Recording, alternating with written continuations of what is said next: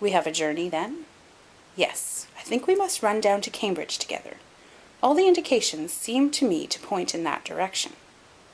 Tell me, I asked, when we had rattled up Gray's Inn Road, have you any suspicion yet as to the cause of his disappearance? I don't think that among all our cases I have known one where the motives are more obscure. Surely you don't really imagine that he may be kidnapped in order to give information against his wealthy uncle? I confess, my dear Watson, that does not appeal to me as a very probable explanation. It struck me, however, as being the one which was most likely to interest that exceedingly unpleasant old person.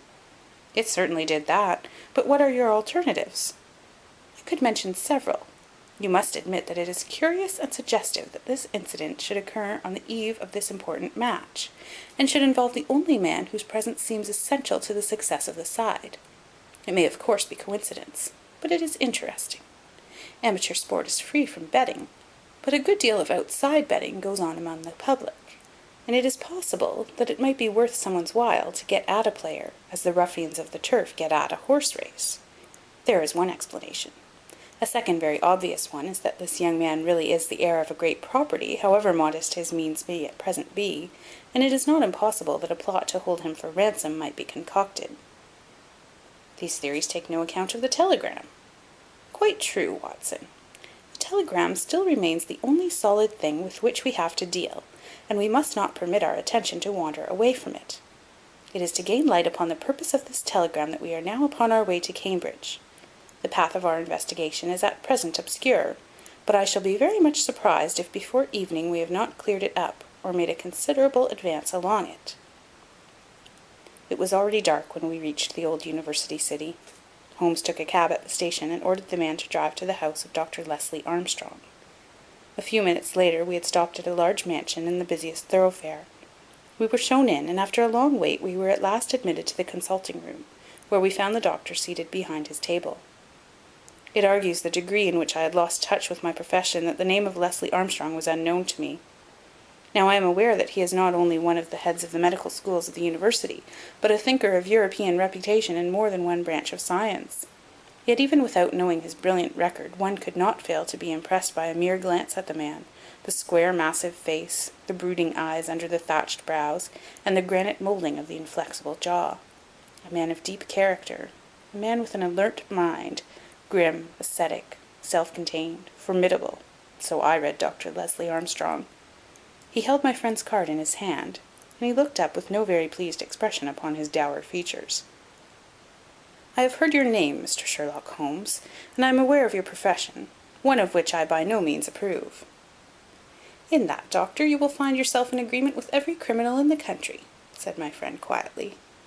So far as your efforts are directed against the suppression of crime, sir, they must have the support of every reasonable member of the community, though I cannot doubt that the official machinery is amply sufficient for this purpose. Where your calling is more open to criticism is when you pry into the secrets of private individuals, when you rake up family matters which are better hidden, and when you incidentally waste the time of men who are more busy than yourself. At the present moment, for example, I should be writing a treatise instead of conversing with you. No doubt, doctor, and yet the conversation may prove more important than the treatise.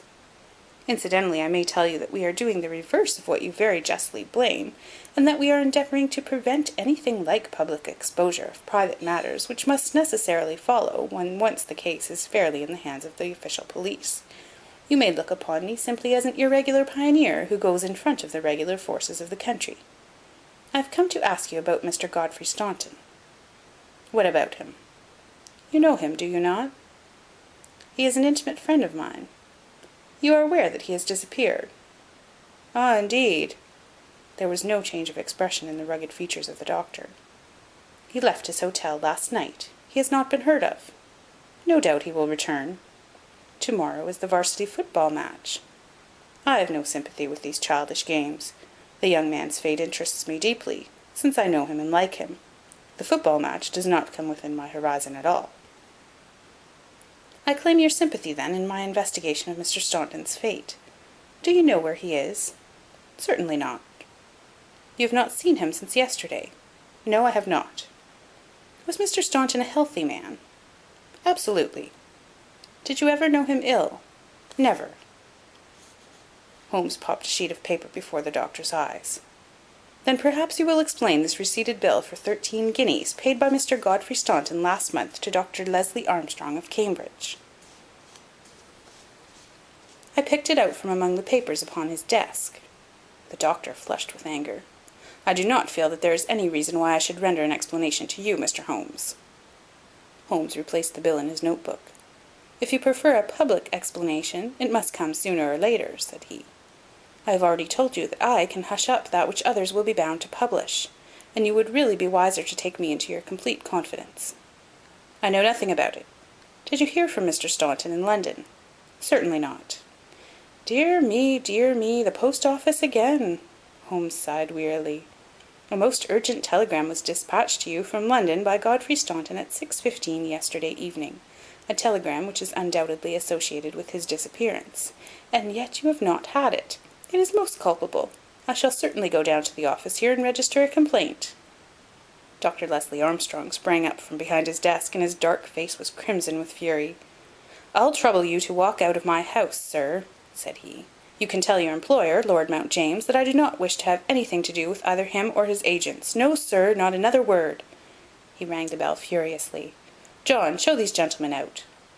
A pompous butler ushered us severely to the door, and we found ourselves in the street. Holmes burst out laughing. "Dr. Leslie Armstrong is certainly a man of energy and character," said he. "I have not seen a man who, if he turned his talents that way, was more calculated to fill the gap left by the illustrious Moriarty. And now, my poor Watson, here we are, stranded and friendless in this inhospitable town, which we cannot leave without abandoning our case. This little inn just opposite Armstrong's house is singularly adapted to our needs. If you would engage a front room and purchase the necessaries for the night, I may have time to make a few inquiries." These few inquiries proved, however, to be a more lengthy proceeding than Holmes had imagined, for he did not return to the inn until nearly 9 o'clock. He was pale and dejected, stained with dust, and exhausted with hunger and fatigue. A cold supper was ready upon the table, and when his needs were satisfied and his pipe alight, he was ready to take that half-comic and wholly philosophic view which was natural to him when his affairs were going awry. The sound of carriage wheels caused him to rise and glance out of the window. A brougham and pair of greys under the glare of a gas lamp stood before the doctor's door. "It's been out 3 hours," said Holmes. "Started at 6:30, and here it is back again. That gives a radius of 10 or 12 miles, and he does it once, sometimes twice a day. No unusual thing for a doctor in practice. But Armstrong is not really a doctor in practice. He is a lecturer and a consultant, but he does not care for general practice, which distracts him from his literary work. Why, then, does he make these long journeys, which must be exceedingly irksome to him? And who is it that he visits? His coachman. My dear Watson, can you doubt that it was to him that I first applied? I do not know whether it came from his own innate depravity or from the promptings of his master, but he was rude enough to set a dog at me. Neither dog nor man liked the look of my stick, however, and the matter fell through. Relations were strained after that, and further inquiries out of the question. All that I have learned I got from a friendly native in the yard of our own inn. It was he who told me of the doctor's habits and of his daily journey. At that instant, to give point to his words, the carriage came round to the door. Could you not follow it? Excellent, Watson. You are scintillating this evening. The idea did cross my mind. There is, as you may have observed, a bicycle shop next to our inn. Into this I rushed, engaged a bicycle, and was able to get started before the carriage was quite out of sight. I rapidly overtook it, and then, keeping at a discreet distance of 100 yards or so, I followed its lights until we were clear of the town. We had got well out onto the country road, when a somewhat mortifying incident occurred. The carriage stopped, the doctor alighted, and walked swiftly back to where I had also halted, and told me in an excellent sardonic fashion that he feared the road was narrow, and that he hoped his carriage did not impede the passage of my bicycle. Nothing could have been more admirable than his way of putting it. I at once rode past the carriage, and keeping to the main road I went on for a few miles, and then halted in a convenient place to see if the carriage passed. There was no sign of it, however, and so it became evident that it had turned down one of several side roads which I had observed. I rode back, but again saw nothing of the carriage, and now, as you perceive, it has returned after me. Of course I had at the outset no particular reason to connect these journeys with the disappearance of Godfrey Staunton, and was only inclined to investigate them on the general grounds that everything which concerns Dr. Armstrong is at present of interest to us. But now I find that he keeps so keen a lookout upon anyone who may follow him on these excursions, the affair appears more important, and I shall not be satisfied until I have made the matter clear. Can we follow him tomorrow? Can we? It is not so easy as you seem to think. You are not familiar with Cambridgeshire scenery, are you? It does not lend itself to concealment. All this country that I passed over tonight is as flat and clean as the palm of your hand, and the man we are following is no fool, as he very clearly showed tonight. I have wired to Overton to let us know any fresh London developments at this address, and in the meantime we can only concentrate our attention upon Dr. Armstrong, whose name the obliging young lady at the office allowed me to read upon the counterfoil of Staunton's urgent message. He knows where the young man is, to that I'll swear, and if he knows, then it must be our own fault if we cannot manage to know also. At present it must be admitted that the odd trick is in his possession, and as you are aware, Watson, it is not my habit to leave the game in that condition. And yet the next day brought us no nearer to the solution of the mystery. A note was handed in after breakfast, which Holmes passed across to me with a smile. "Sir," it ran, "I can assure you that you are wasting your time in dogging my movements. I have, as you discovered last night, a window at the back of my brougham, and if you desire a 20-mile ride which will lead you to the spot which you started, you have only to follow me. Meanwhile, I can inform you that no spying upon me can in any way help Mr. Godfrey Staunton, and I am convinced that the best service you can do to that gentleman is to return at once to London, and to report to your employer that you are unable to trace him. Your time in Cambridge will certainly be wasted. Yours faithfully, Leslie Armstrong." "An outspoken, honest antagonist is the doctor," said Holmes. "Well, well, he excites my curiosity, and I must really know more before I leave him." "His carriage is at his door now," said I. "There he is stepping into it. I saw him glance up at our window as he did so. Suppose I try my luck upon the bicycle?" "No, no, my dear Watson. With all respect for your natural acumen, I do not think that you are quite a match for the worthy doctor. I think that possibly I can attain our end by some independent explorations of my own. I am afraid that I must leave you to your own devices, as the appearance of two inquiring strangers upon a sleepy countryside might excite more gossip than I care for. No doubt you will find some sights to amuse you in this venerable city, and I hope to bring back a more favourable report to you before evening." Once more, however, my friend was destined to be disappointed. He came back at night weary and unsuccessful. "I have had a blank day, Watson. Having got the doctor's general direction, I spent the day in visiting all the villages upon that side of Cambridge, and comparing notes with publicans and other local news agencies.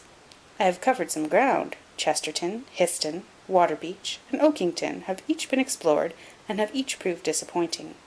The daily appearance of a brougham and pair could hardly have been overlooked in such sleepy hollows. The doctor has scored once more. Is there a telegram for me? Yes, I opened it. Here it is. Ask for Pompey from Jeremy Dixon, Trinity College. I don't understand it. Oh, it is clear enough. It is from our friend Overton, and is in answer to a question from me. I'll just send round a note to Mr. Jeremy Dixon, and then I have no doubt that our luck will turn. By the way, is there any news of the match? Yes, the local evening paper has an excellent account in its last edition. Oxford won by a goal and 2 tries. The last sentences of the description say, "The defeat of the Light Blues may be entirely attributed to the unfortunate absence of the crack international, Godfrey Staunton, whose want was felt at every instant of the game. The lack of combination in their three-quarter line, and their weakness both in attack and defence, more than neutralized the efforts of a heavy and hard-working pack." "Then our friend Overton's forebodings have been justified," said Holmes. "Personally, I am in agreement with Dr. Armstrong, and football does not come within my horizon. Early to bed tonight, Watson, for I foresee that tomorrow may be an eventful day." I was horrified by my first glimpse of Holmes next morning, for he sat by the fire holding his tiny hypodermic syringe. I associated that instrument with the single weakness of his nature, and I feared the worst when I saw it glittering in his hand. He laughed at my expression of dismay, and laid it upon the table. "No, no, dear fellow, there is no cause for alarm. It is not upon this occasion the instrument of evil, but it will prove to be the key which will unlock our mystery. On this syringe I base all my hopes. I have just returned from a small scouting expedition, and everything is favourable. Eat a good breakfast, Watson, for I propose to get upon Dr. Armstrong's trail to-day, and once on it I will not stop for rest or food until I run him to his burrow." "In that case," said I, "we had best carry our breakfast with us, for he is making an early start. His carriage is at the door." "Never mind, let him go." He will be clever if he can drive where I cannot follow him. When you have finished, come downstairs with me, and I will introduce you to a detective who is a very eminent specialist in the work that lies before us." When we descended, I followed Holmes into the stable yard, where he opened the door of a loose box and let out a squat, lop-eared, white and tan dog, something between a beagle and a foxhound. "Let me introduce you to Pompey," he said. Pompey is the pride of the local draghounds. No very great flyer, as his build will show, but a staunch hound on a scent. "Well, Pompey, you may not be fast, but I expect you will be too fast for a couple of middle-aged London gentlemen, so I will take the liberty of fastening this leather leash to your collar. Now, boy, come along and show what you can do." He led him across to the doctor's door. The dog sniffed round for an instant, and then with a shrill whine of excitement started off down the street, tugging at his leash in his efforts to go faster. In half an hour we were clear of the town and hastening down a country road. "What have you done, Holmes?" I asked. A threadbare and venerable device, but useful upon occasion. I walked into the doctor's yard this morning and shot my syringe full of aniseed over the hind wheel. A draghound will follow aniseed from here to John O'Groats, and our friend Armstrong would have to drive through the Cam before he would shake Pompey off his trail. Oh, the cunning rascal! This is how he gave me the slip the other night." The dog had suddenly turned out of the main road into a grass-grown lane. Half a mile farther this opened into a broad road, and the trail turned hard to the right in the direction of the town, which we had just quitted. The road took a sweep to the south of the town, and continued in the opposite direction to that in which we were started. "This détour has been entirely for our benefit, then," said Holmes. "No wonder that my inquiries among those villages led to nothing. The doctor has certainly played the game for all it is worth, and one would like to know the reason for such elaborate deception. This should be the village of Trumpington to the right of us, and by Jove, here is the brougham coming round the corner. Quick, Watson, quick, or we are done." He sprang through a gate into the field, dragging the reluctant Pompey after him. We had hardly got under the shelter of the hedge when the carriage rattled past. I caught a glimpse of Dr. Armstrong within, his shoulders bowed, his head sunk on his hands, the very image of distress. I could tell by my companion's graver face that he also had seen. "I fear there is some dark ending to our quest," said he. "It cannot be long before we know it. Come, Pompey. Ah, it is the cottage in the field." There could be no doubt that we had reached the end of our journey. Pompey ran about and whined eagerly outside the gate where the marks of the broughram's wheels were still to be seen. A footpath led across to the lonely cottage. Holmes tied the dog to the hedge, and we hastened onwards. My friend knocked on the little rustic door, and knocked again without response. And yet the cottage was not deserted, for a low sound came to our ears, a kind of drone of misery and despair which was indescribably melancholy. Holmes paused irresolute, and then he glanced back at the road which we had just traversed. A brougham was coming down it, and there could be no mistaking those grey horses. "By Jove, the doctor is coming back!" cried Holmes. "That settles it. We are bound to see what it means before he comes." He opened the door, and we stepped into the hall. The droning sound swelled louder upon our ears until it became one long deep wail of distress. It came from upstairs. Holmes darted up, and I followed him. He pushed upon a half-closed door, and we both stood appalled at the sight before us. A woman, young and beautiful, was lying dead upon the bed. Her calm, pale face, with dim, wide-opened blue eyes, looked upwards from amid a great tangle of golden hair. At the foot of the bed, half sitting, half kneeling, his face buried in the clothes, was a young man whose frame was racked by his sobs. So absorbed was he by his bitter grief that he never looked up until Holmes's hand was on his shoulder. "Are you Mr. Godfrey Staunton?" "Yes, yes, I am. But you are too late. She is dead." The man was so dazed that he could not be made to understand that we were anything but doctors who had been sent to his assistance. Holmes was endeavouring to utter a few words of consolation, and to explain the alarm which had been caused to his friends by his sudden disappearance, when there was a step upon the stairs, and there was the heavy, stern, questioning face of Dr. Armstrong at the door. "So, gentlemen," said he, "you have attained your end, and have certainly chosen a particularly delicate moment for your intrusion. I would not brawl in the presence of death, but I can assure you that if I were a younger man your monstrous conduct would not pass with impunity." "Excuse me, Dr. Armstrong, I think we are a little at cross purposes," said my friend with dignity. "If you could step downstairs with us, we may each be able to give some light to the other upon this miserable affair." A minute later the grim doctor and ourselves were in the sitting-room below. "Well, sir," said he, "I wish you to understand, in the first place, that I am not employed by Lord Mount James, and that my sympathies in this matter are entirely against that nobleman. When a man is lost, it is my duty to ascertain his fate; but having done so, the matter ends so far as I am concerned, and so long as there is nothing criminal, I am much more anxious to hush up private scandals than to give them publicity. If, as I imagine, there is no breach of the law in this matter, you can absolutely depend upon my discretion and my co-operation in keeping the facts out of the papers." Dr. Armstrong took a quick step forward and wrung Holmes by the hand. "You are a good fellow," said he. "I had misjudged you. I thank heaven that my compunction at leaving poor Staunton all alone in this plight caused me to turn my carriage back, and so to make your acquaintance. Knowing as much as you do, the situation is very easily explained. A year ago Godfrey Staunton lodged in London for a time, and became passionately attached to his landlady's daughter, whom he married. She was as good as she was beautiful, and as intelligent as she was good. No man need be ashamed of such a wife. But Godfrey was the heir to this crabbed old nobleman, and it was quite certain that the news of his marriage would have been the end of his inheritance. I knew the lad well, and I loved him for his many excellent qualities. I did all I could to help him to keep things straight. We did our very best to keep the thing from every one, for when once such a whisper gets about, it is not long before every one has heard it. Thanks to this lonely cottage and his own discretion, Godfrey has up to now succeeded.